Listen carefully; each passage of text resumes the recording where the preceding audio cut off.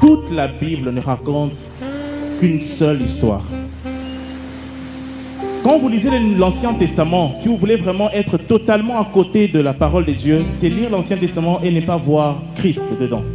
Et donc Dieu frappe Adam de chaos et de là, Dieu retire Ève. Qu'est-ce que ça nous apprend sur Christ? De la même manière, Christ à la croix, il est mis chaos à la croix et qu'est-ce qui en ressort? Le pouce de Christ, l'Église.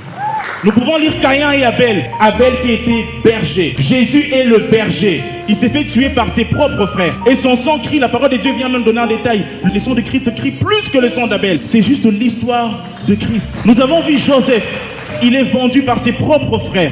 Comme Jésus sera vendu par ses propres frères. Joseph est vendu à des Ismaélites. Jésus sera vendu à un prix d'argent. Et après, Joseph devient le pain de vie d'une nation païenne. Comme Jésus, parce qu'il a été vendu, il est maintenant le pain de vie de nous, les nations païennes.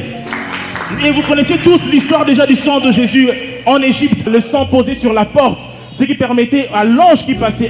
Ça c'est formidable, vraiment. C'est-à-dire que l'ange de la mort, quand il passait, il n'en avait rien à cirer de ce qui s'est passé dedans. Tout ce qu'il voulait voir, c'est que ton salut réside dans le sang de Jésus posé sur la porte. C'est tout ce qui compte.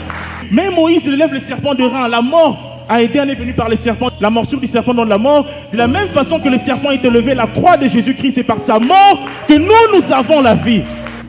Que dire de Jonas? 3 jours dans le ventre du poisson. Comme Jésus. Ensuite, il est ressuscité, il va prêcher une nation païenne. Jonas est allé prêcher des gens qui n'étaient pas de sa famille, pas de sa nation. Christ est maintenant tous au Congo, à Kinshasa. Et on prêche Jésus.